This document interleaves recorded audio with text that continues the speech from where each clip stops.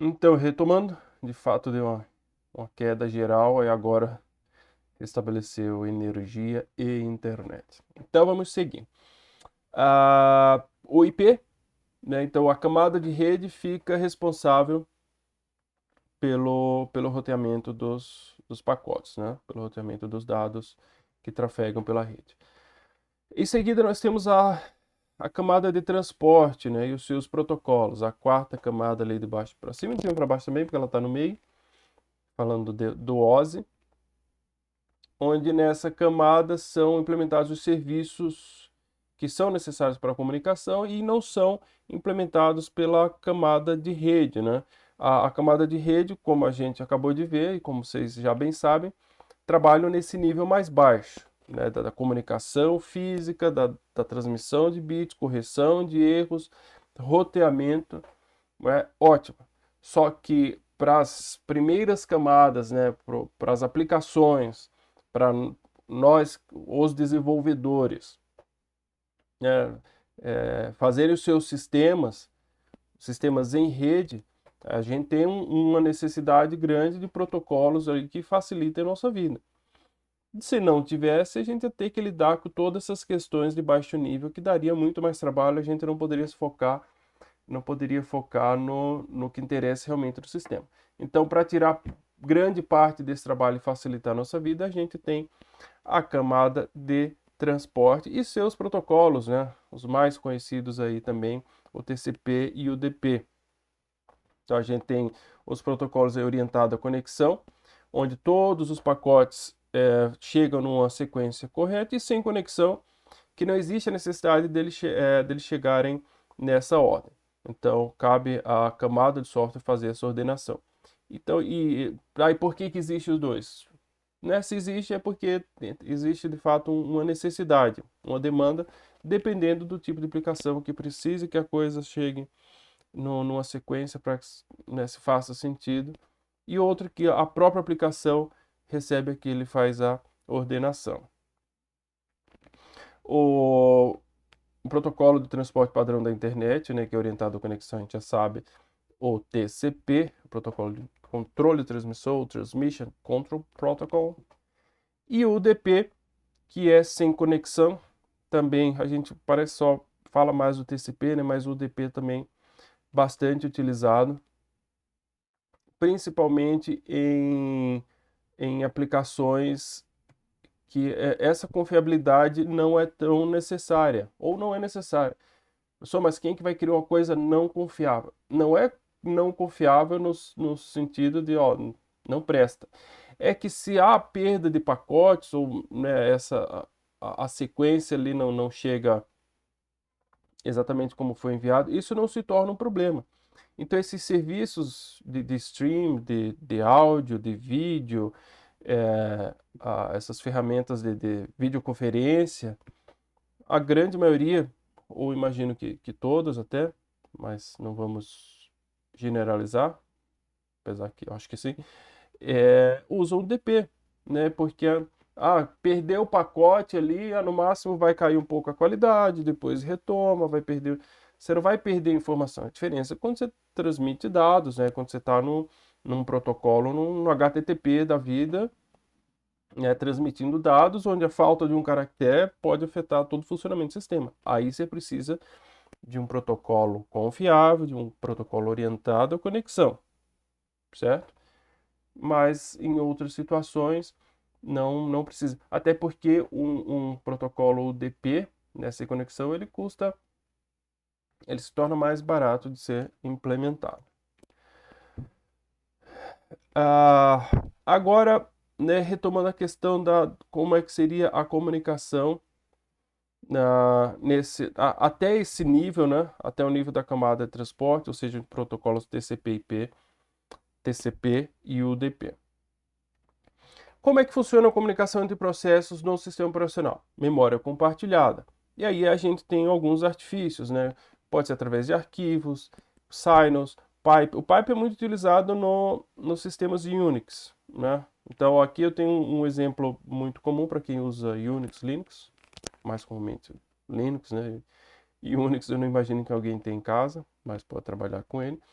Aqui eu listo os arquivos de uma pasta, né? O ls é o comando de listagem, os parâmetros para apresentar detalhes e o Rzão aqui de recursivo, né? De navegar nos subdiretórios. E aí ele passa essas informações para um outro programa, para um outro processo através do pipe. Então, o que é saída desse se torna entrada desse. Então, o que que o grep faz? Ó, pesquise, né, pesquise dentro de todo esse conteúdo essa palavra aqui. O que eu quero com esse comando é achar um arquivo. A pasta etc é uma pasta de configuração, ela é gigantesca. Eu quero achar esse arquivo aqui, PASWD, onde ficam armazenadas as senhas dos usuários do sistema. Então, simplesmente ele faz um filtro, um Ctrl F numa determinada quantidade de dados, né? Então, a comunicação entre os processos ls e grep é através do pipe. Então, essa é uma das opções que dois processos se comunicam de forma muito simples no mesmo sistema operacional. Já entre processos de diferentes sistemas operacionais, diferentes máquinas, aí a gente tem uma tecnologia que foi inventada já há um bom tempo, está chegando aos seus 40 anos de idade, um jovem ainda, né? Que são os sockets. O que são esses sockets? São pontos, né, de comunicação entre processos, são canais criados de comunicação através de redes de computadores, né? Como a gente já falou e reforçou, que não dá para ser feito dessa forma ou algo parecido, né, com memória compartilhada, coisa aqui é claramente memória compartilhada, né, ou arquivo, o que é que seja. Os sockets foram criados para que se haja esse canal, né, um fluxo entre dois processos em máquinas distintas através de uma rede de comunicação. Então, a primeira API foi criada em C em 1983 no ambiente Unix, né, na sua versão 4.2.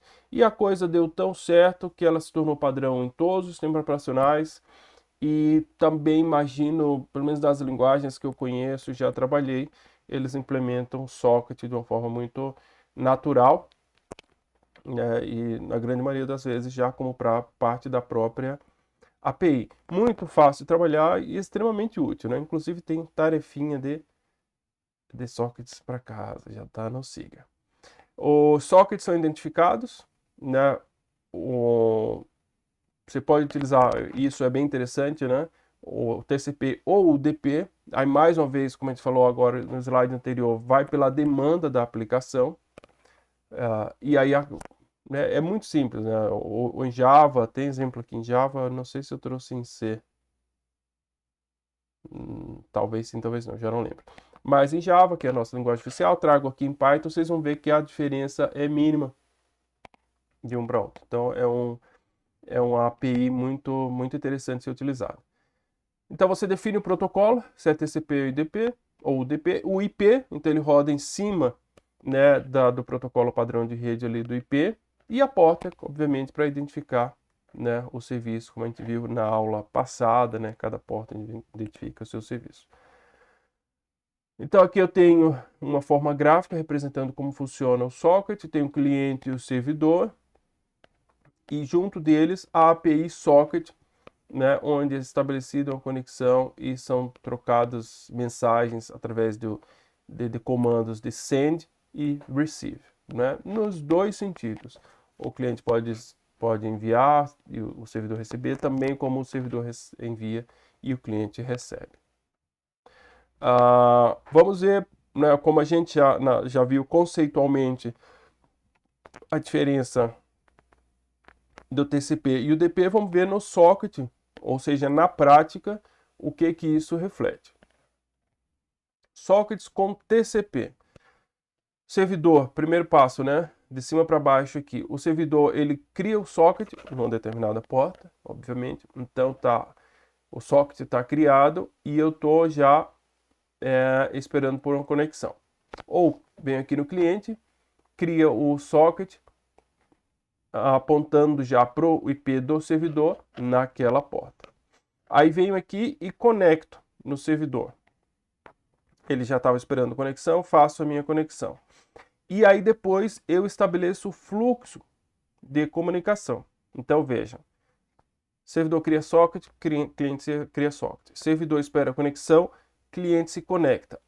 No momento que se conectam, eles estabelecem esse fluxo de comunicação para troca de bytes no mais baixo nível, ou como a gente vai ver em Java e no Python, já para troca de caracteres. Então esse fluxo ele pode ser definido em alguns tipos de dados. Estabelecer o fluxo, vai ser assim, vai. Aqui começa efetivamente a comunicação, né? Com envios e recebimentos, né? O write escrevendo, ou seja, enviando, o read lendo, recebendo, em ambos os sentidos. Terminou a comunicação, fecha o socket, o servidor para de ouvir. Ok? Então, TCP orientado à conexão. Conecta, estabelece ali comunicação e aí transfere dados. No DP a coisa é um pouco mais simples, né? Veja que o DP não é sem conexão, é mais simples, mais barato, aquela coisa toda. Cria socket, estão ali. E aí o cliente, né, então o serviço está funcionando, o cliente já envia a mensagem. Vejam que essa etapa de estabelecer conexão e de estabelecer o fluxo de comunicação não existe no DP. Ele simplesmente, o cliente considera que o servidor está lá e envia a mensagem. Ele recebe, envia, recebe e fecha. Então, é um protocolo bem mais simples. Mais uma vez, com uma utilidade muito específica, né? Acaba que o TCP ele tem um uso mais geral e, portanto, é mais utilizado. Eu tenho um exemplo de cliente-servidor com socket TCP em Python. Aqui. Então aqui em cima eu tenho o servidor e cortou o meu textinho, não sei o que aconteceu, mas aqui em cima era para ter um quadradinho desse escrito servidor. Então eu crio aqui o meu socket, defino aqui que ele é o sockstream, que ele é TCP. Então aqui o DP a gente ia passar outra variável informando que era um datagrama. Então seria o DP. Aqui eu faço amarração ao meu IP, né? No caso localhost, minha máquina local, a porta 1, 2, 3, 4 e eu aceito até 5 conexões. Nesse momento está criado o socket. E aqui eu crio uma repetição, né, que vai ficar recebendo conexões. Então aqui nesse momento, a partir desse momento, com o accept, ele está nesse passo aqui, né, esperando por conexão, até que efetivada a conexão e a mensagem do cliente vem, ele recebe a mensagem, dá um receive em até 64 caracteres, armazena a mensagem, escreve aqui e aí manda a mensagem de volta. Então cria socket, aceita, efetiva a conexão, recebe mensagem com o receive e envia a mensagem com o send. Então os 4 passos básicos aqui, né? Criar, estabelecer conexão e fluxo, se comunicar, escrever, né, enviar e receber e encerrar o socket. Do lado cliente, mais simples ainda, né, se eu quero me conectar com um servidor TCP, também defino que o meu protocolo é TCP, aponto pro IP, né, não vou colocar localhost se eu tiver na mesma máquina, mas aqui a gente está considerando um mesmo computador, então tanto faz o localhost como o 127.0.0.1 dá na mesma. E a porta do serviço, envio a mensagem, então essa mensagem vai ser recebida aqui, e aí depois eu recebo a mensagem que o servidor enviou para mim escrever. Então veja que o nosso serviço aqui, por mais que seja simples, ele tem um protocolo, né? De estabelecer conexão. Primeiro o cliente envia a mensagem, e aí o servidor recebe, depois o servidor envia a mensagem e o cliente recebe. Né? É um serviço de troca de mensagens, mas tem um passo a passo. Um envia, cliente envia, servidor recebe, servidor envia, cliente recebe. Né? Isso aí poderia ser invertido, obviamente, mas foi definido que o nosso serviço é assim. Então, tá aí em Python. Agora vamos trazer um em Java, né? Que aí, geralmente o Java é um pouco mais verboso, mais sofisticado. mas é legal também. E aqui a gente já traz um Java um pouco mais completo. A parte dele, porque não cabe tudo na tela, depois eu mostro o código inteiro. Aqui a gente já tem um serviço também TCP, mas para troca de arquivos. E aí o protocolo são definidos em 3 passos, né? Primeiro eu envio o nome do arquivo, depois o tamanho do arquivo e depois efetivamente o arquivo, no caso uma imagem. E aí, né, tô definindo um protocolo, né, um passo a passo de um serviço meu, como se fosse um FTP meu, FTP FAB, FTP IFC. Então o cliente vai receber exatamente nesses passos, né? Como é TCP, é orientada a conexão, né, tudo certinho. Então, primeiro eu recebo o nome, então vai um string, depois eu recebo o tamanho, um inteiro, e depois eu recebo um arquivo que aí no caso vem como um array de bytes. Como é que ficaria? Fora toda a parte de conexão, que depois a gente mostra e que não vai mudar muito de Python ou de linguagem nenhuma, né? Cria socket, define IP e porta, abre conexão, aceita. Então isso aí muda a sintaxe, né? A lógica é a mesma. Então o que faz o servidor? Ele cria aquele fluxo de comunicação, né? Um TCP, estabelece esse fluxo aqui de comunicação. O passo da criação de socket de conexão ficou para cima. Como eu falei, já eu mostro. Então estabelece o fluxo e envia, né? Escreve os dados. Então dá um write UTF, né? Da codificação UTF, ou seja, string, primeiro passo. O segundo passo eu escrevo um inteiro, write long. E um write bruto aqui é para bytes, que isso aqui, enfim, ficou para cima, mas ele está enviando um array de bytes, que é o próprio arquivo. Era uma das perguntas que eu queria fazer para vocês na aula, então se puderem, até me deem um retorno através dos comentários. Não estou ganhando nada, nem posso, e nem vou, né? Mas nos comentários do vídeo, o que vocês já viram de Java, né, principalmente a parte de socket, né, que eu deixei uma tarefinha. É simples, eu acho que dá para vocês fazerem, mas enfim, se tiverem dúvida, a gente tem os atendimentos, mas eu queria saber o conhecimento prévio de sockets, talvez não necessariamente, na verdade eu acho que são poucos que fazem, mas vocês poderiam ter visto um pouco de sockets na disciplina de redes. Tem professor que...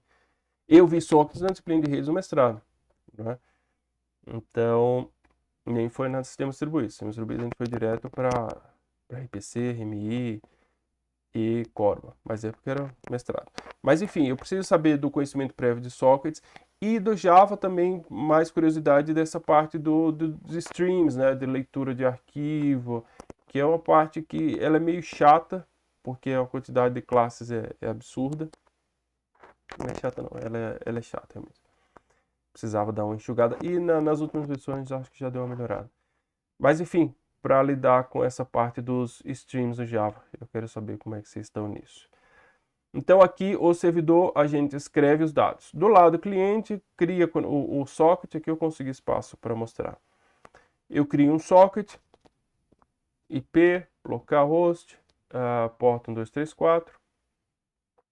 Crio o fluxo, estabeleço o fluxo a partir do meu objeto de conexão, né? Conexão socket. Então, conexão.get.stream, agora veja o que é entrada, aqui era saída, né? Output. Aqui o data output e aqui o data input, criado a partir desse fluxo. Então, imaginem, caso não saiba, não lembre, que o fluxo inicial, imaginem também aqui um cano entre as duas pontas, é o input stream, e em cima dele você pode colocar filtros, né, para diversos tipos de dados, digamos assim. E o data input stream é o mais geral, o mais flexível, né, que a partir dele a gente consegue receber caractere a partir de diferentes métodos, né. Então, com o data input stream, que eu chamei de this, eu posso dar um read UTF para receber caracteres, posso dar um read long para receber um inteiro, né, um long, com o tamanho do arquivo, e posso dar um read bruto da mesma forma que aqui também, né, com output, informando o tamanho do arquivo, perdão, recebendo os bytes aqui, a posição inicial e o tamanho do arquivo. Então, nisso aqui eu armazeno o meu arquivo que foi trafegado no array de bytes. Aí, isso aqui depois, um passo a seguir, é que a gente armazenaria ele num arquivo mesmo, em disco, numa imagem.jpg, coisa do tipo. Tá? Mas aqui eu tenho a leitura dos 3 diferentes tipos, caractere, inteiro e bytes. Ok? Então a gente tem aí um cliente-servidor oferecendo um serviço de transferência de arquivo, que é uma das tarefinhas para vocês, em Java. Agora a gente chega, então até aqui a gente estava na camada intermediária, né? A camada inicial, física, enlace e redes, né, com a comunicação básica. A camada intermediária aqui de transporte com o TCP e o UDP, e aí comunicação, nível de programação, mas no nível mais baixo, né, com socket.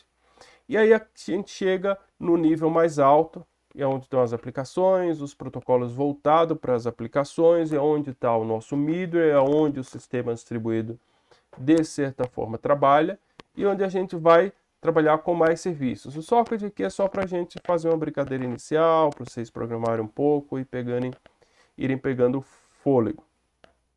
Mas a gente vai focar aqui nos níveis mais altos. Então, na mais baixa 3, uma no meio, na mais alta 3 também. Né? A camada de sessão, de apresentação e a de aplicação. Mas, de fato, né, quando a gente principalmente transporta ela para TCP/IP, como está aqui, as 3 elas se resumem na camada de aplicação. A camada de apresentação e sessão pouco foram implementadas, apesar que algumas coisas dela, né, tanto da sessão quanto da apresentação, são úteis, né, e implementadas de certa forma nos middlewares. Né? A camada de sessão ela trabalha também com a correção, só que no nível mais alto. E a camada de apresentação ela trabalha com a estruturação de dados também no nível mais alto. Mas a gente vai chegar a isso quando a gente entrar mais detalhes nos middlewares. A intenção original da camada de aplicação era conter o conjunto de aplicações padronizadas, correio eletrônico, transferência de arquivos, emulação terminal, transferência de hipertexto, né, HTTP, etc. Só que o que acabou virando era tudo que não se encaixava do meio para baixo, né, transporte para baixo, foi jogado para a camada de aplicação. Então, foi muito confundido o que é aplicação com... Ficou meio confuso, e é até nesse ponto que no livro o autor cita essa discussão, né, esses embates que eles tiveram com os órgãos que padronizam as coisas da internet para definir o que era protocolo, o que era aplicação, o que ficava em cada camada. Pega, por exemplo, transferência de arquivo. Você tem o protocolo FTP com uma especificação, com seu RFC, definindo o que é um protocolo FTP, o seu cliente, o seu servidor, enfim, como é que funciona o protocolo. E outra coisa é a aplicação, o serviço, né, FTP e as aplicações de FTP. Mas acabou que tudo ficou meio misturado ali. Nessa perspectiva do modelo OSI, os sistemas distribuídos são só apenas aplicações, né, que ficariam ali dentro da camada de aplicação. Por isso, esse desenho, né, com o middleware dentro da camada de aplicação. Mas vocês vão achar facilmente na literatura e no próprio livro também o middleware como uma substituição dessas duas camadas aqui, né? Então teria a aplicação e uma camada abaixo, o middleware substituindo essas duas. Mas é tudo muito nebuloso, né? Porque o middleware tem protocolos também de uso geral, né? Que não se encaixariam necessariamente no nível de aplicação. Então, ele é quase uma arquitetura dentro de outra. Então, o que é o middleware, né? Que a gente já, pelo menos uma noção, a gente já teve, né? Já mostrou algumas figurinhas onde ele facilita a comunicação, principalmente ali entre sistemas heterogêneos, mas agora a gente vai se aprofundando um pouco mais. Middle é a aplicação que provê um conjunto de protocolos de comunicação, atuando como mediador entre processos cliente e servidor. É uma aplicação que reside logicamente, na maioria das vezes, na camada de aplicação, mas que tem muitos protocolos de uso geral, né? E aí, o que seriam esses protocolos de uso geral? Como está aqui. Serviço para suporte à transação, né? Ou, como é conhecido muito em banco de dados, atomicidade, que seria aquele serviço de que ou faz tudo ou faz nada, né? E isso, para um sistema distribuído, é mais do que essencial. Imagine, sei lá, um serviço bancário, uma transferência. E a transferência você saca de uma conta e você deposita na outra. Só que ela só pode ser efetivada, né, ocorrer de fato, se os dois passos, né, se concretizarem. Eu não posso chegar e sacar daqui e no meio dar um problema e não depositar lá, e aí então o cara perdeu o dinheiro aqui do lado e o outro não recebeu do outro. Não, eu só posso concretizar a minha transferência se sai daqui e entra lá. Então a transação ela garante isso. Ou os dois passos ou nada, porque senão não faz sentido. A própria sincronização, né, que a gente vai ter um capítulo para tratar sobre isso. Protocolos de autenticação, né, que eles são independentes de aplicação, ocorrem também em diversos níveis de você validar um usuário para acessar o serviço. Autorização, né, que são os níveis de acesso que um usuário autenticado tem. Então, todos esses serviços aqui, um sistema de middleware provê. Só que todos são serviços e protocolos de alto nível, né? E como tem aqui, independente de aplicação. Não está amarrado a autenticação, ele não está amarrado a uma aplicação específica. Ele é útil em praticamente todas as aplicações. E aí, diante disso, a gente vai trabalhar com alguns desses serviços, né, já, como eu falei já nesse capítulo, que dentre os mais utilizados, né, a gente não vai explorar tudo, não tem como, mas os mais utilizados, as chamadas de procedimento remoto, conhecido como RPC, ou invocação de métodos remotos, o RMI, né, que são extremamente utilizados e úteis, né? Estão aí na crista do que se trata de comunicação entre sistemas distribuídos, e aí mais para frente, quando a gente for ver o web service também, e enfileiramento de mensagem, né? Existem outros, mas esses aqui são os serviços mais comuns e mais utilizados no middleware. Então aqui na representação gráfica, a forma como o middleware se encaixa dentro da pilha TCP/IP, né? Ou como ela representa o modelo OSI aqui dentro. Mas lembrando que não é uma simples aplicação, né? Como a gente viu aqui, ele oferece uma série de serviços e protocolos de alto nível de uso geral, né? Nada, não necessariamente serviços específicos. O middleware pode ser visto como serviço adicional de computação a cliente e servidor, né? Então, é um conjunto de serviços ali dentro da pilha. E aí, para a gente fechar essa parte aí introdutória e teórica da comunicação e cair, de fato, nos tipos, nos serviços de comunicação, no RPC, RMI, aí a gente precisa entender como funcionam os diferentes tipos de comunicação, né, em relação à persistência, de ser persistente ou não, de ser síncrono ou assíncrono, e do fluxo ser discreto ou contínuo. Eu tinha colocado no silencioso e voltou o celular. Meu perdões. Em relação à persistência, a gente pode ter os serviços persistentes ou não persistentes, ou transientes, ou transitórios. O persistente, a mensagem fica armazenada no middleware. Então, lembrando, a gente agora está no middleware, está lá na camada lá em cima, a gente tem uma coleção de serviços, e agora vamos imaginar nesses serviços que tipo de comunicação eles fornecem. Então, na persistente, a gente tem a mensagem armazenada lá no middle, o tempo que for necessário para que essa mensagem chegue até o receptor. Por exemplo, o serviço de e-mail, né?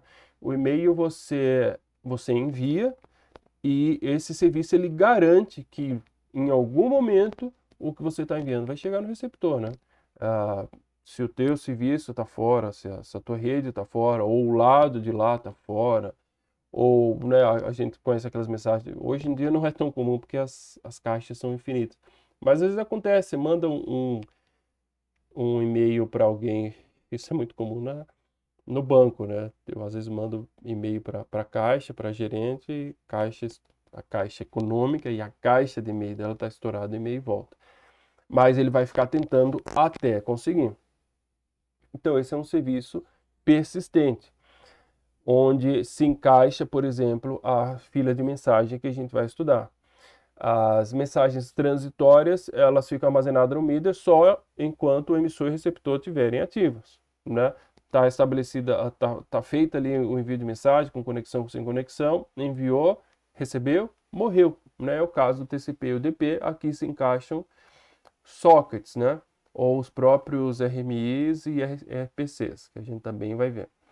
Serviço síncrono, aí desses que a gente citou, né, a maioria deles são síncronos, o emissor fica bloqueado, esperando as respostas, é o caso do RPC, do RMI, do socket, e o assíncrono não fica bloqueado e recebe a notificação quando a resposta estiver disponível. Aí é o caso da fila de mensagem. A mensagem está lá disponível e quando o receptor, né, digamos, bem, a gente vai ver em detalhes, mas de ambos os lados. Eu, cliente, ficar esperando o servidor publicar a mensagem e não fico bloqueado. No mesmo sentido, o servidor pode enviar a mensagem e quando o cliente estiver ativo, ele recebe a mensagem. Em relação a fluxo, ele pode ser discreto ou contínuo, né? O discreto sendo o mais comumente utilizado. As partes trocam mensagens, sendo cada mensagem tratada como uma unidade completa de informação. A navegação web, né? A gente sabe que a gente recebe os pacotes, mas se receber o pacote está correto, beleza. Ele é uma unidade ali completa. Eu só preciso ali ir recebendo os demais para eu ter todo a minha página, o meu sistema ali no ar. Já os fluxos, o fluxo de tipo contínuo, são mensagens trocadas de forma consecutiva e estão relacionadas entre si, né?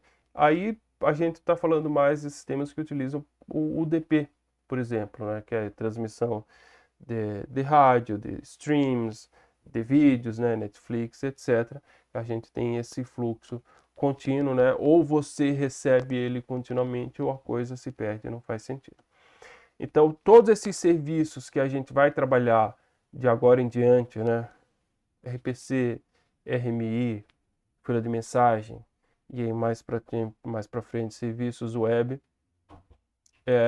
são classificados de alguma forma de acordo com essas características de persistência, sincronismo e fluxo. Ok? Aqui estão as nossas referências. Então a gente encerra esse vídeo aqui. Só vou fazer um último, só mostrando ali um pouco mais em detalhe os sockets daquele cliente servidor ali Java, só para a gente ver a conexão, até porque vocês vão precisar para atividade. E aí a RMI RPC fica para a próxima aula. Beleza? Até já!